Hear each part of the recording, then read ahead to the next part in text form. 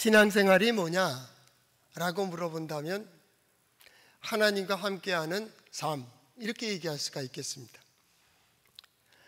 요에서 2장 13절 전반절에 보면 너희는 옷을 찢지 말고 마음을 찢고 하나님 여호와께로 돌아오라 라고 말씀하시고, 미가서 6장 6절에서부터 8절까지 말씀해 보면 내가 무엇을 가지고 여호와 앞에 나아가며 높으신 하나님께 경배할까? 그리고 8절에 사람아 주께서 선한 것이 무엇임을 내게 보이셨나니 여호와께서 내게 구하시는 것은 오직 즉 반드시 정의를 행하며 인자를 사랑하며 겸손하게 내 하나님과 동행 행하는 것이라 라고 되어 있습니다. 기독교의 신앙, 교회의 신앙, 성도들의 신앙은 돌파하는 힘을 가지고 있다라고 얘기합니다. 그 힘은 세상의 그 무엇도 막을 수 없으며 그 무엇도 대적할 수 없는 힘이다 그랬어요. 그러니까 우리가 가지고 있는 교회의 신앙은 모든 문제를 풀어갈 수 있는 힘과 능력이 된다라는 것이죠. 그런데 많은 성서신학자들이 이 시대의 기독교와 교회와 성도들을 보며 아니 어떻게 이렇게 약해질 수가 있을까 말이죠. 역사의 시대 속에서 약해졌던 그 시대를 보면서 아니 기독교가 이렇게 약해, 교회가 이렇게 약해, 그리스도인들이 이렇게 약할 수가 있겠느냐 이 말이죠.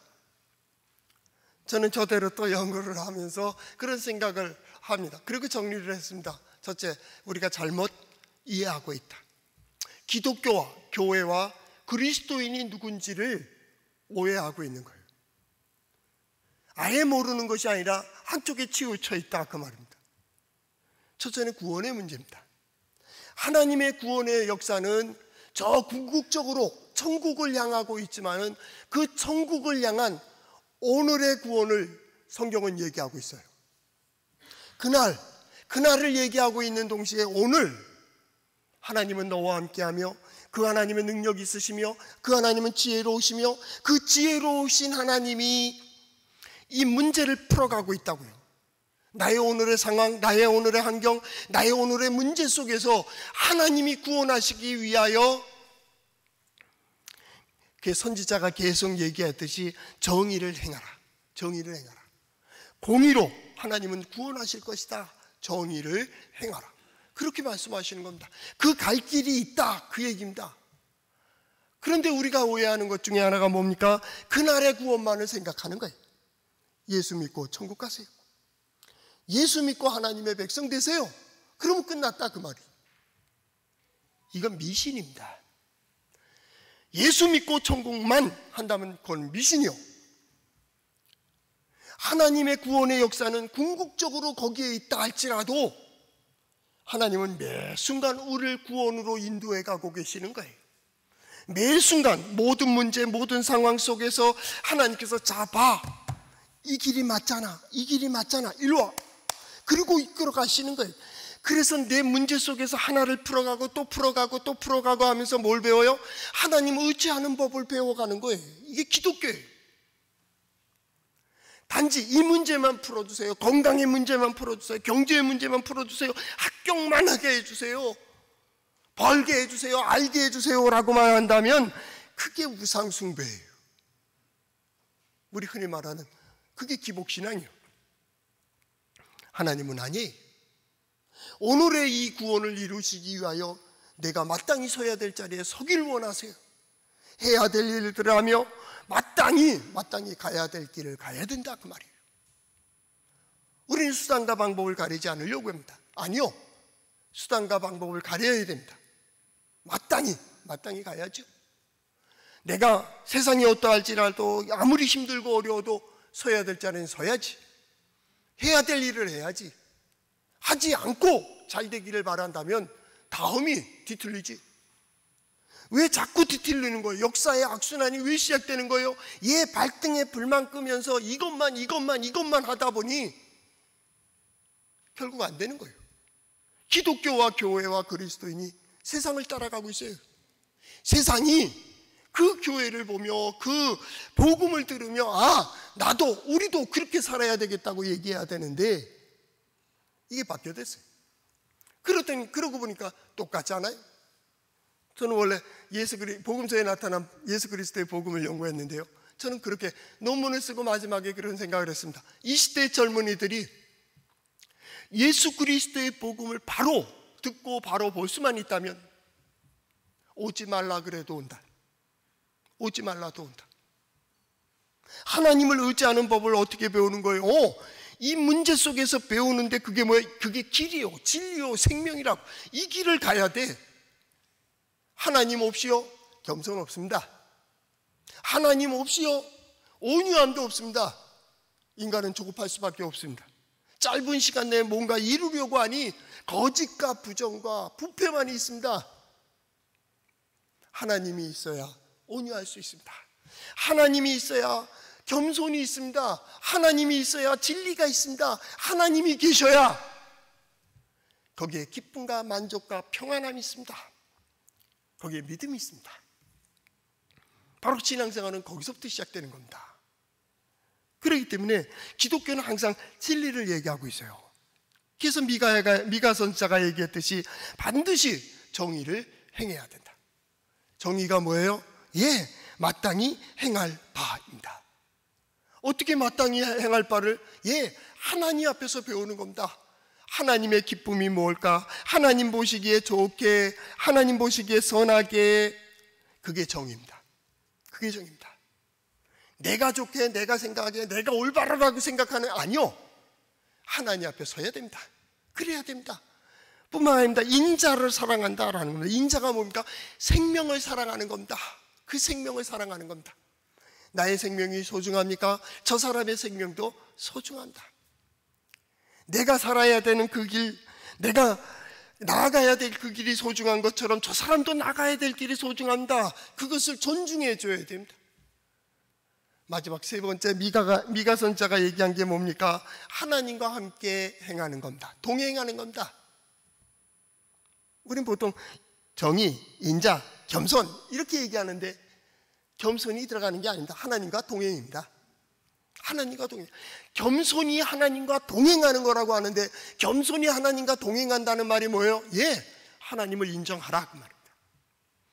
너보다 큰 존재가 있다라는 것, 너보다 위대한 그분이 계시다는 거, 너보다 더 크고 놀라운 어떤 계획을 가지고 계신 그분을 인정하라. 언제요? 매 순간 모든 상황 속에서입니다. 그걸 인정하는 겁니다. 그게 하나님을 동행하는 겁니다. 하나님과 동행하는 겁니다. 이게 마땅히 그 길을 가는 겁니다. 그리고 그 사람이 그걸 보는 겁니다. 구원, 죽어 천국 가는 거는 내 문제가 아닙니다. 이건 하나님의 문제예요.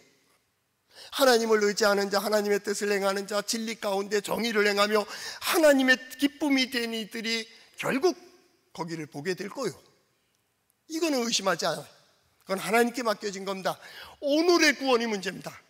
오늘, 내일은 하나님의 시간입니다. 오늘 하나님께서는 이렇게 말하는 겁니다. 자기의 첫째는 소유를 주장한다. 넌 내 거야, 내 사람이라고, 나의 종이라고, 나의 기뻐하는 자요, 나의 백성이라고.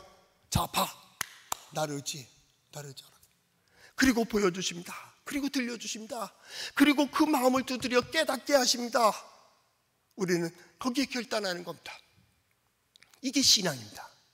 신앙생활, 하나님의 역사는 어디로부터 시작됩니까? 그래서 믿음으로라는 겁니다. 하나님께서 보여주시고, 하나님께서 들려주시고, 하나님께서 깨닫게 해주시고, 그리고 그 길을 걸어가는 자, 그게 신앙입니다. 그게 신앙생활입니다.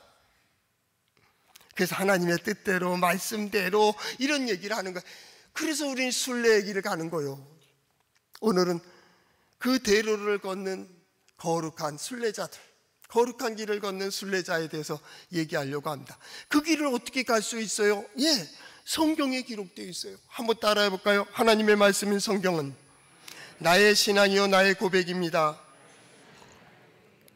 주여 내게 무슨 말씀을 하려 하시나이까? 내게 무슨 말씀을 하시든지 그대로 하리이다. 그대로. 그날을 향하여, 그날 궁극적 그날을 향해 가는 것도 있지만 오늘 이사야 선지자가 선포하는 것은 오늘의 구원을 얘기하고 있는 거예요. 오늘 힘들고 어렵고 괴롭고 아수르가 쳐들어가서 북쪽을 완전히 엉망을 만들어버리고 이제 남쪽도 쳐들어오게 되고 바벨론도 쳐들어오고 애굽이 오르락내리락 하면서 괴롭히고 있는 이때 우리는 소망이 없다, 우리는 부족하다. 그렇기 때문에 그들을 의지하고 그들의 군사를 의지하고 그들의 무기를 의지하고 세상을 의지하고 있는 그들에게 아니, 하나님을 신뢰하라고, 하나님을 신뢰하라고. 돌아와라, 여호와께로 돌아오라, 하나님을 의지해라, 하나님의 말씀에 소망을 가지라 라고 계속 얘기하는 거예요. 이 백성들이 뭐라고 했는지 압니까? 하나님 믿을 수 없다는 겁니다. 어찌 그런 날이 있을 수 있겠냐고. 오늘 이사야서 35장이 언제 이루어질 일이요? 과거의 역사요? 예, 그럴 수 있습니다. 그러나 과거의 역사 속에서도 이룰 수 있습니까? 도저히 있을 수 없는 얘기를 하고 있습니다. 광야와 메마른 땅에 뭐가요? 예, 기뻐하며 사막이 백합화 같이 즐거워하며, 뒤에는 뭐라고 되어 있습니까? 거기에 강이 흐르고 거기에 샘이 솟고. 말이 됩니까? 그렇게 얘기하고 있는 그들에게 이사야 선지자는 얘기하는 겁니다. 자, 봐, 하나님의 역사를 봐라, 과거의 역사들을 봐라. 하나님의 사람들이 선포한 것, 선지자들이 선포한 것, 그것이 안 이루어진 것이 어디 있는가를 보라. 그것이 이사야서 34장 16절에 있었습니다. 너희는 여호와의 책을 찾아 읽어보아라. 이것들 가운데 빠진 것이 하나도 없고 제짝이 없는 것이 없으리라. 뭐예요? 하나님 말씀하시고 말씀대로 이루어지지 않은 것이 있어요? 하나님께서 약속하시고 약속을 이루지 않은 것이 있어요? 지금 예언과 성취, 구약과 신약, 그 문제가 아니에요. 그런 교리적인 어떤 것을 얘기하자는 게 아닙니다. 하나님 말씀하시고 하나님의 뜻대로 되지 않는 것이 있느냐, 그 얘기입니다. 선지자는 여기서 한 톤을 더 높입니다. 하나님이 이렇게 이루실 거라고. 그러니까 하나님을 의지하라고, 하나님을 의지하라고.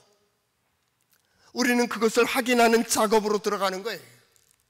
신앙생활이 뭡니까? 예, 하나님을 의지하는 이들이 받는 은혜와 복이 무엇인지를 확인하는 작업이에요.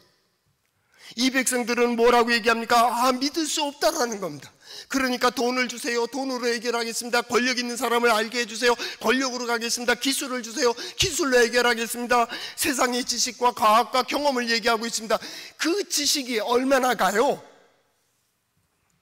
옛날에 수천 년 동안 농사 짓는 법을 배웠던 것이 수백 년 동안의 산업화 사회로 끝나버리고 또 30년 동안의 정보화 사회로 끝나고 이제 20년, 이제 배우는 거 20년이면 끝난대요. 옛날에는 어른에게 배웠습니다. 농사를 지어야 되니까 땅이 있어야 됐습니다. 지금은 아닙니다. 어른들이 아이들에게 배우는 시대가 됐잖아요. 애들이 올 때를 기다립니다. 지식이 있어야지. 스마트폰 하나면요, 솔직히 대학까지 배운 것보다 더 많은 걸 여기 가지고 있습니다. 그래서 아이들은 얘기하는 겁니다. 어른도 뭐 여러 가지 얘기하지만 또 어른은 어른들의 입장이 있습니다. 이제 뭐 애말 때는 아닙니다. 할아버지가 손자한테 배우고 있으니까 하나문을 안 가르쳐줘요. 잘 배워. 그리고 뭘 갖다 줘야지 배운다고.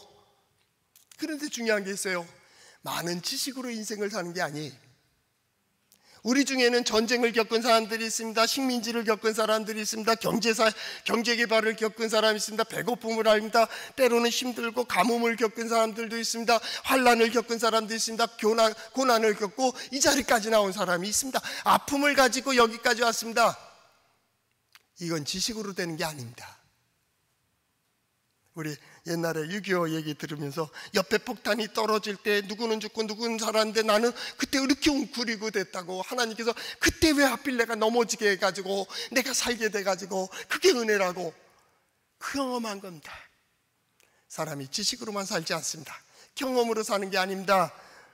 성경은 얘기하는 겁니다. 내가 하나님이 하신다는 겁니다. 하나님.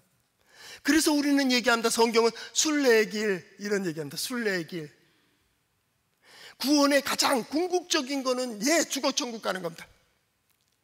그러나 성경이 말하고 있는 구원은 오늘 경제 문제를 어떻게 풀 것이며, 이 어려움을 어떻게 풀 것이며, 이거를 어떻게 극복할 것이며, 세상의 고난이 없을 수는 없지만 그 고난을 어떻게 이겨가는가, 세상의 환난은 없을 수는 없겠지만 그 환난을 어떻게 갈 건가, 하나님을 떠난 역사가 힘들지만 그 힘든 일들을 어떻게, 고생과 수고를 어떻게 이겨갈까를 성경은 얘기하고 있는 거예요. 하나님의 능력이어야 된다. 하나님의 지혜가 함께 하셔야 된다. 하나님의 은혜가 함께 하셔야 된다. 즉 하나님을 의지하라, 하나님을 신뢰하라, 하나님만 바라라 라는 겁니다. 그것을 보며 오늘을 살아가는 거예요. 우린 지난 시간에 얘기했습니다. 하나님이 역사하시면 놀라울 뿐이다. 우린 기대하지 않았던 일들이 벌어진다. 우리 떡이 자주, 우리 교회는 자주 하는데, 떡을 갖다 하면 뭐라고 얘기합니까? 이게 웬 떡이냐? 생각지도 않았는데, 기대하지도 않았는데 하나님이 푸시는 그 역사가 너무나도 기묘하고 기이해서 하나님의 역사로 놀랄 뿐이다. 놀랄 뿐이다. 우리 성도들 지금 이 어려운 시기를 지날 때 하나님의 놀라운 역사를 많이 경험할 수 있기를 바랍니다. 여러분이 생각지도 못하고 기대하지도 못했는데 하나님께서 그 자리에서 그런 은혜를 베풀어 주시고 그런 만남 속에서 그런 일들을 이루어 주심으로 하나님께 대하여 기쁨과 감사가 넘치는 우리 성도들 될 수 있기를 축복합니다. 지금이 기회입니다. 지금 우리는 그 순례의 길을 가는 겁니다. 순례자가 누구입니까? 하나님 앞에까지 나아가는 자들이 순례자의 길입니다. 오늘 성경도 마찬가지입니다. 8절에 거기에 대로가 있어 그 길을 거룩한 길이라 일컬음 바 되리니 깨끗하지 못한 자는 지나가지 못하겠고 오직 구속함을 입은 자들을 위하여 있게 될 것이다. 순례자. 우리 찬양도 있잖아요. 나는 순례자. 하나님 앞에까지 나아가는 순례자입니다. 순례자는 뭡니까? 오늘 오직 하나님을 향한 믿음으로 나아가는 사람입니다. 순례자가 누굽니까? 간절히 하나님의 뜻을 구하는 자입니다. 그래서 사람들은 순례의 길을 떠납니다. 그 순례의 길, 세계적으로도 유명한 길들이 있죠. 먼저는 성지순례죠. 그렇죠. 예수 그리스도와 구약의 배경이 되어 있는 이스라엘을 순례한다는 것은 참으로 은혜로운 길입니다. 뿐만 아니라 우리 스페인에 가면 산티아고라고 유명한 길입니다. 우리나라에도 여러 가지 둘레길이니 순례길이니 만들어놨지만 원래 거기 야고보가 걸었던 길, 그게 순례길입니다. 순례의 길을 누가 걸읍니까? 오직 하나님만을 바라고 하나님의 뜻을 구하고 하나님의 역사가 이루어지길 위하여 사람들마다 소망을 가지고 기도의 제목을 가지고 그 순례의 길을 걸어간, 하나하나 벌어지고 그 걸었던 이 길을 왜 걸어야 되는지 때로는 이유를 알 수 없고 단지 소망과 믿음을 가지고 걸어가면서 오직 하나님께서 하나님의 뜻을 우리에게 보여주시기를, 하나님의 뜻이 이루어주시기를, 하나님께서 우리의 소망을 들어주시기를, 결국 하나님께 나아가는 길. 우리 신앙생활이 어떤 겁니까? 순례자의 길과 같은 겁니다. 매 순간마다 여행은 다릅니다. 눈으로 감각적으로 즐거운 것, 기쁜 것만을 봅니다. 이거 좋다, 이게 기쁘다. 이게 여행의 목적입니다. 돈을 지불하고 해서 그것을 즐기고 다시 자기 집으로 돌아오는 것. 순례자도 비슷합니다. 보는 것과 듣는 것과 그런 것들은 비슷하게 되어 있지만 이게 다른 의미가 있습니다. 거기서 하나님의 역사를 봅니다. 하나님께서 이루신 그 역사를 봅니다. 하나님께서 한 걸음 한 걸음 인도해 가시는 것을 경험하게 됩니다. 그리고 그러면서 하나하나 자기의 모든 아픔과 자기들의 허물과 자기의 어려움들을 하나하나 벗어나기 시작한다.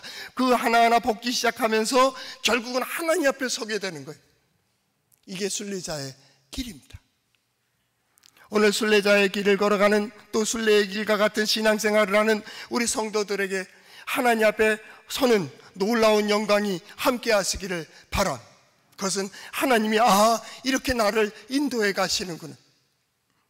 그 길은 35장, 이사야서 35장에 나오듯이 이러한 길이 순례자의 길입니다. 어떤 길입니까? 광야와 메마른 땅이 기뻐하며 사막이 백합같이 즐거워하며 무성하게 피어 기쁜 노래로 즐거워하며 또한 갈멜과 사론의 아름다운 것을 얻을 것이라. 놀라운 일이 벌어진다. 우린 첫째 주에 그 말씀을 고백했습니다. 하나님이 역사하실 때는 그저 놀라울 뿐이다. 왜 놀랍니까? 기대하지 못하고 상상하지 못했기 때문입니다. 우리의 지식을 초월합니다. 우리의 경험을 초월합니다. 그 이상의 더 큰 놀라운 역사, 하나님은 다양한 방법으로 우리를 구원하여 주시기 때문에 우리 성도들에게 이러한 복이 함께 하시기를 바랍니다. 그 하나님의 놀라운 역사를 볼 때 우리 성도들의 마음은 기쁨이 됩니다. 즐거움이 됩니다. 아, 하나님께서 이렇게 이루어 주셨노라고, 하나님께서 이렇게 역사하신다고, 나를 이렇게 인도해 가신다고, 그렇게 되어지고 그것을 고백하는 그것이 뭡니까? 하나님께 영광입니다. 하나님. 오늘 성경 말씀 2절 하반절에 나오듯이 여호와의 영광 곧 우리 하나님의 아름다움을 보리로다. 하나님의 영광을 보는 우리 성도들의 삶이 될 수 있기를 바랍니다. 그때 히브리어 성경을 읽어드렸습니다. 가보드 야훼, 가보드라는 말이 뭡니까? 하나님께서 보여주신다 그 말. 그의 집에서 자 봐. 그가 순례자의 길을 갈 때 하나님께서 인도해 주신 모든 길들을 보며 자 봐, 하나님이 내가 함께 해주셨지, 내가 너를 인도했지, 너 그렇게 역사했지. 우리는 지난 시간들을 돌아보며 하나님께서 나와 함께하여 주셨구나, 하나님께서 나를 이렇게 인도해 주시는구나, 하나님께서 그 손을 우리에게 보여주시는 하나님의 영광을 보는.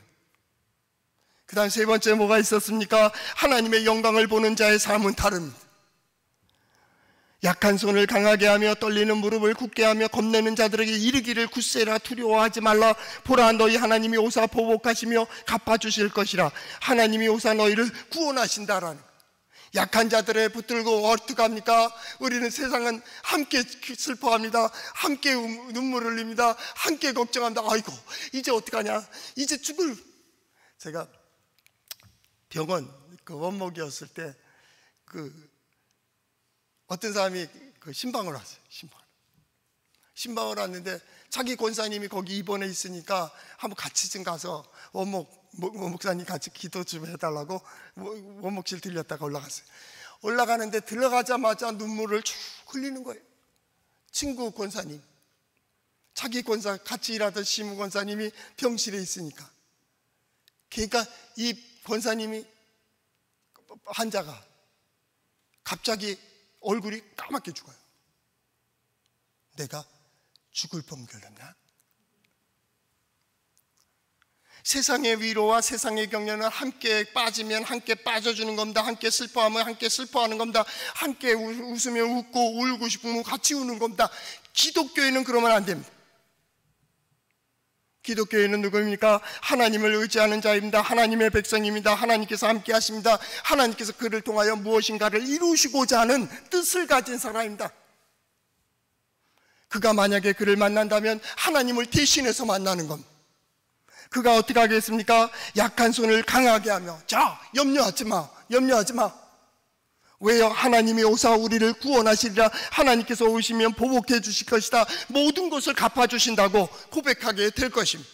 하나님의 영광을 보는 자가 어떤 자입니까? 떨리는 무릎을 붙들고, 야, 두려워하지 마. 하나님이 우리와 함께 하신다고. 하나님께서 함께하여 주심으로 반드시 이길 수 있게 해주신다고. 겁내는 자들이요, 마음이 좁아지고 마음이 쪼그라들고 마음에 두려워하는 자들에게, 4절 겁내는 자들에게 이르기를 굳세라, 두려워하지 마라. 정신 차려. 뭐가 두려워요? 겪어봤잖아요. 전쟁도 겪어봤고요, 경제개발도 겪어봤고요, 어려움도 여러 어려움 겪었지만은 코로나도 지금 겪어나가고 있잖아요. 여러분이 지혜로워서 이겼습니까? 세상의 지식과 세상의 과학과 세상의 의술이 뛰어나기 때문에 이겨나가고 있습니까? 예, 그럴 수 있습니다. 그러나 그것은 아닙니다. 우리는 매 순간마다 그런 일을 당할 때 우리의 연약함을 깨닫게 됩니다. 우리는 아무 힘이 없습니다. 하나님께서 깨닫게 해주시고, 하나님께서 열어주시고, 하나님께서 풀어주시고, 하나님께서 지혜를 주시고, 우리가 나갈 길을 보게 해주셔야 되는,